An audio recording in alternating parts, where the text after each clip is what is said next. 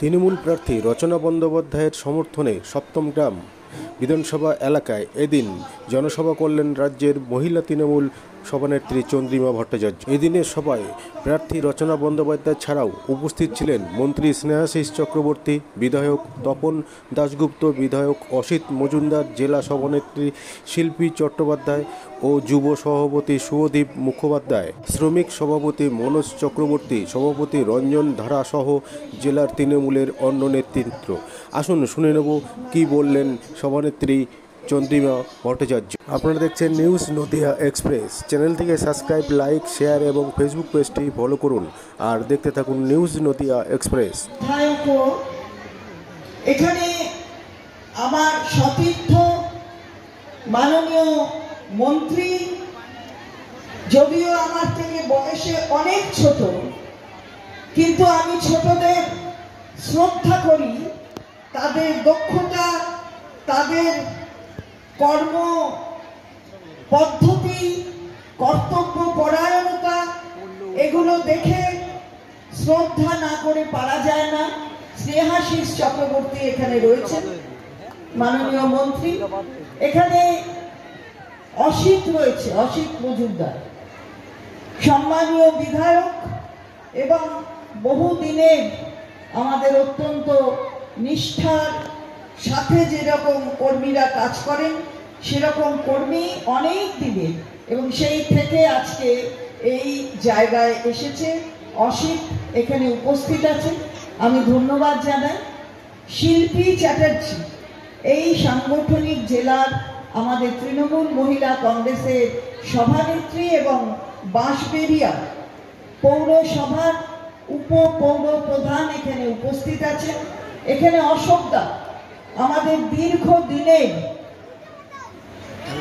একজন নেতৃত্ব, যিনি আইনের যা যা সহযোগিতা লাগে সেই সহযোগিতা সহায়তা দেওয়ার জন্য সব সময় উৎসাহী হয়েছেন এবং উদ্যোগী ভূমিকা গ্রহণ করেছেন। অশোকদা এখানে রয়েছেন, আরও সবাই এখানে রয়েছেন, অর্থাৎ বিভিন্ন পৌরসভার পৌর প্রধান সহ এইখানকার আমাদের যিনি সভাপতি তারা সহ বিভিন্ন জায়গা, এই হুগলি যে লোকসভা কেন্দ্র সেই লোকসভা কেন্দ্রের অন্তর্গত আমাদের যারা নেতৃত্ব রয়েছেন, দলীয় নেতৃত্ব, তারা এখানে উপস্থিত আছেন। আমার সামনে আমার দিন ধরে দেখেছি, আর সেই 2011 থেকে দিদিকে আমরা চিনি।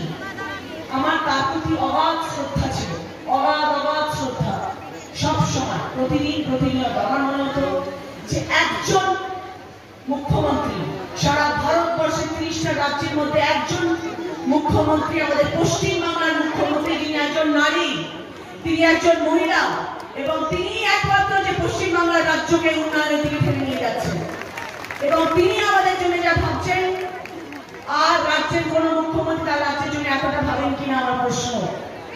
কারণ দিদি আমাদের জন্য যা করছেন, দিদি আমাদের জন্য যা ভাবছেন, আমরা প্রতি মুহূর্তে প্রতিনিয়ত সেটা উপলব্ধ করতে পারছি। যারা তৃণমূল কংগ্রেসকে ভালোবাসেন তারাও জানেন, যারা বিরোধী পক্ষ তারাও জানেন, আর তারা জানেন বলে প্রতিদিন আমাদেরকে এইভাবে হেনস্থ করেন এবং আমাদের প্রত্যেকটা কাজ থেকে আমাদেরকে বঞ্চিত করেন, এবং দিদিকে সর্ব জায়গায় ছোট করে দেখানো হয়, তৃণমূল কংগ্রেস পার্টিকে সর্ব জায়গায় ছোট করে দেখানো হয়। কারণ তারা জানেন যে দিদি এমন কাজ করছেন, দিদি এমন ভাবে মানুষের পাশে আছেন যে প্রতিটি মানুষ ঘরে ঘরে, প্রতিটি মানুষ ঘরে ঘরে আজ দিদিকে পুজো করেন, দিদিকে ভালোবাসেন, এবং প্রতিটি মানুষ যতবারই ভোট আসুক না কেন, সে 2019 হোক, 2021 হোক, যতবার 2024 হোক, তৃণমূল কংগ্রেসেরই জয় হবে, তৃণমূল কংগ্রেসেরই জয় হবে, তৃণমূল কংগ্রেসেরই জয় হবে, কেউ আর কথা পারবে না। আমার শুধু একটাই প্রশ্ন আপনাদেরকে, আপনারা 2019-এ একজনকে ভোট দিয়ে আনিয়েছিলেন, অনেক আশা করা হয়েছিল যে তিনি আসলে বোধহয় সাংঘাতিক একটা কিছু পরিবর্তন এসে যাবে।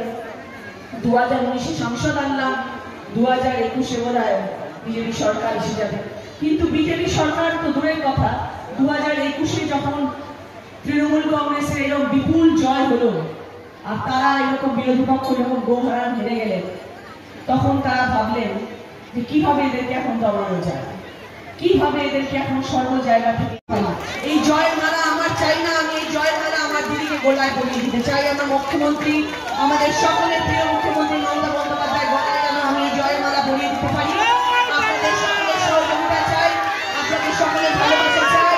আপনারা সবাই সাথে থাকবেন, পাশে থাকবেন। সবাই মিলে 20শে মে আমাদের উন্নয়নের ভোট, সবাই মিলে 20শে মে ঘাসের উপরে ঝোড়া ফুলে ভোট দেবেন এবং আমাদের পাশে